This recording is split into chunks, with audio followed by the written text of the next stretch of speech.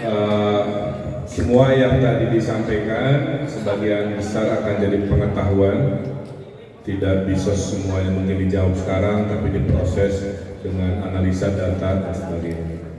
Satu hal saya yang membedakan mungkin ya, saya sudah melakukan apa yang saya sampaikan. 5 tahun di Bandung, mirip-mirip orang kota itu urban citizen itu mirip-mirip. Cuma ada perbedaan karakternya sedikit saja. Ada yang ngomongnya slow, ada yang cepat, tapi sama, stresnya sama, kebutuhan kerjanya sama, pengen public space sama dan lain sebagainya kan. Nah, kemudian saya menjadi gubernur 50 juta orang, diuji oleh COVID selama di Jawa 50 juta orang. Alhamdulillah selamat ya. Dan kita gunakan digital management, kami dapat penghargaan dari PBB, salah satu provinsi terbaik dalam mengelola COVID di Asia Pasifik. Saya membawa itu, ya. Dan cara saya ngambil, karena pemimpin itu definisinya pengambil keputusan, decision makers. Okay? Ada pemimpin buat diri sendiri, kadang-kadang nggak lulus pemimpin diri sendiri. Gitu. Jam 12 malam ada lampu merah, harusnya berhenti tapi nggak ada orang, akhirnya dia terabas, dan dia gagal memimpin diri sendiri. Kadang-kadang gagal memimpin keluarga. Ya. Naik kelas lagi mungkin tidak semua berhasil memimpin komunitas. Nah sekarang saya di level memimpin masyarakat. Jadi dan satu ciri nanti yang akan terus dikembangkan adalah mengambil keputusan bareng-bareng seperti ini. Ya. Saya hanya tantangannya, ya, proses menuju tanda tangan keputusan adalah seperti ini. Contoh, ya, waktu di Jawa Barat saya akan praktekkan di sini. Tiap kepala dinas ada 3 penasehat. Baik, satu dari komunitas, satu dari ahli akademis, satu dari ahli ekonomi. Jadi nanti Kadis Pariwisata sebelum dia ngambil keputusan minimal ada 3 penasihat dia tanya, gue mau bikin festival anu-anu, pendapat Anda gimana? Kalikan semua dinas nanti ada participatory decision making yang membuat keputusan Jakarta ini keputusan bersama. Setuju nggak? Jadi terwakili ya. Jika kita cari siapa penasehat dari komunitas yang dianggap mewakili, ini sebagian yang hadir di sini.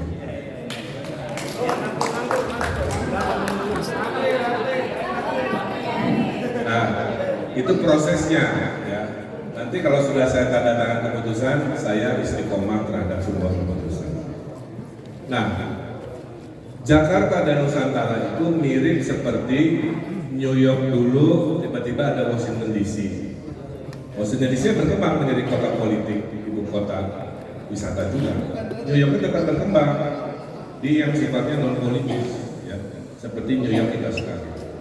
Kalau kita bicara New York, ya kita lihat entertainment, bisnis keuangan, main gitu ya, ekonomi baru, carbon trading, energi terbarukan, itu hal-hal baru, bisnis digital, startup, gimana caranya nyaman di sini.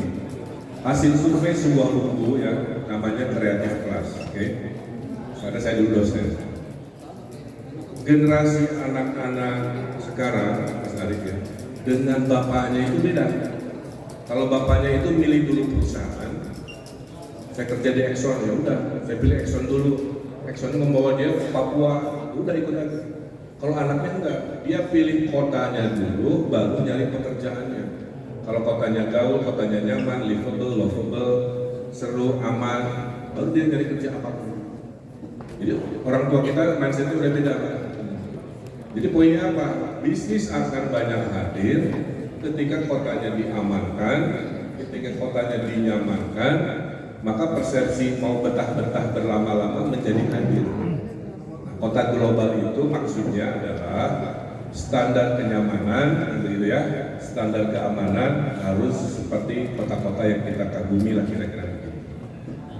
Bisnis terbesar menurut saya selama 5 tahun ke depan ada di sektor properti, karena arahan Bapak Presiden memperbanyak urban housing di tengah kota, banyak bangunan kosong seputaran Monas, banyak bangunan kosong di Rasuna Said, ditinggal ke Nusantara, perlu dipikirkan akan jadi hotel, akan punya tempat entertainment misalkan ya, atau apapun yang sifatnya bisnis perkotaan.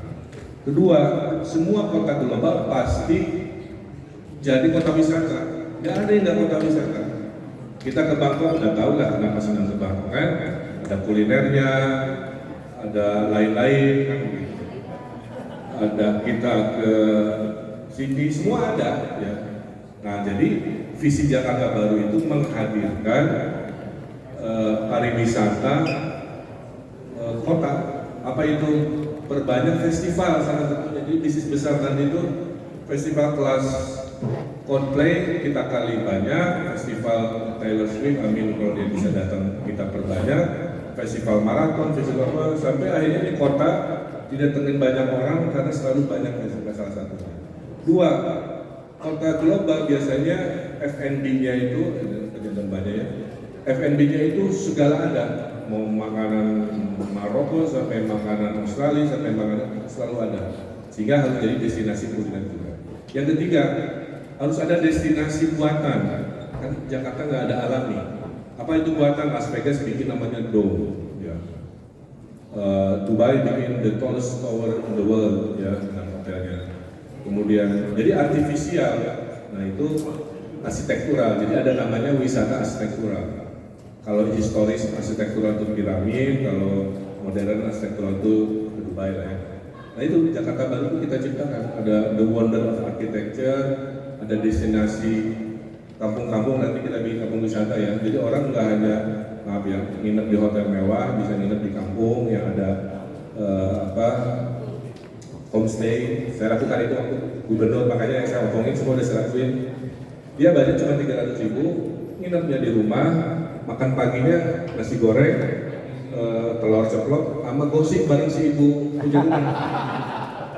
3 bulan datang lagi melamar anaknya, jadi ada menetes tuh si sila kelima itu ya. Nah, jadi itu visi kota global itu menurut saya event internasional banyak, kenyamanan pariwisata kita upgrade, bikin architectural wonders macam-macam ya, sehingga orang penasaran dan akhirnya lapangan pekerjaan naik.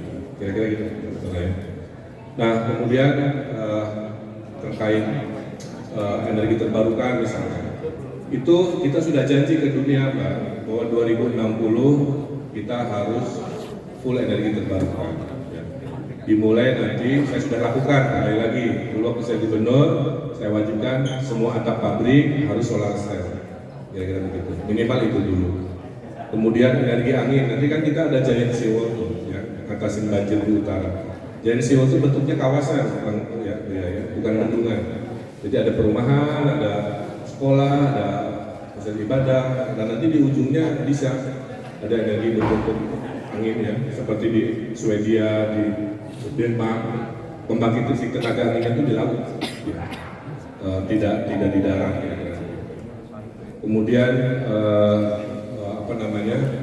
sekarang ada teknologi baru Mbak, si solar panel itu bentuknya kain, jadi itu gedung-gedung Sudirman Tamrin bisa dilapisi kain, tapi kainnya itu sebenarnya solar cell. Jangan membayangkan solar cell seperti yang kaku sekarang ya, yang bentuknya kayak kain baju, tinggal bisa ditempel di tiang di mana nanti kita bisa perbanyak. Nah ini pelan-pelan OTW menuju net zero 2060. Kemudian masalah sosial, kuncinya satu data, ya. Kita cari cara supaya jangan ada uang diberikan kepada yang tidak berhak. Nah, jadi One Data Policy itu akan jadi prioritas tahun pertama, membersihkan sampai betul-betul datanya akurat untuk urusan pendidikan, kesehatan dan lain-lain. Nah, salah satu juga saya mau bikin indeks kebahagiaan Happiness Project. Happiness Project itu Car Free Day kita sebar, tidak hanya di tengah kota. Ada Car Free Day di utara, Car Free Day di selatan, timur, barat, sehingga orang nggak usah crossing ke tengah lagi untuk sekadar happy dengan.